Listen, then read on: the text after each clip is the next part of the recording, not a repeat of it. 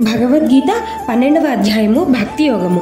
దేవుణ్ణి ఎక్కడో పుస్తకాలలో చదివితే అర్థం అవుతాడా, లేక ప్రేమిస్తే ప్రత్యక్షమవుతాడా? భగవద్గీతలో భక్తి యోగం ఒక గొప్ప రహస్యం చెబుతుంది.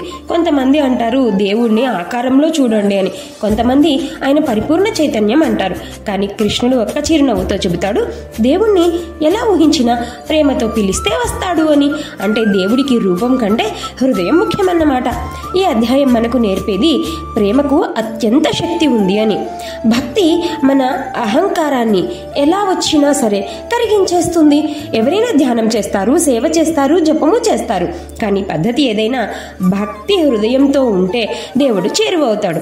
కృష్ణుడు అంటాడు, ద్వేషం లేనివాడు, అహంకారం లేనివాడు, శాంతంగా ఉండేవాడు, ఎదురుపడిన ప్రతిదాన్ని దైవ సంకల్పంగా చూసేవాడు.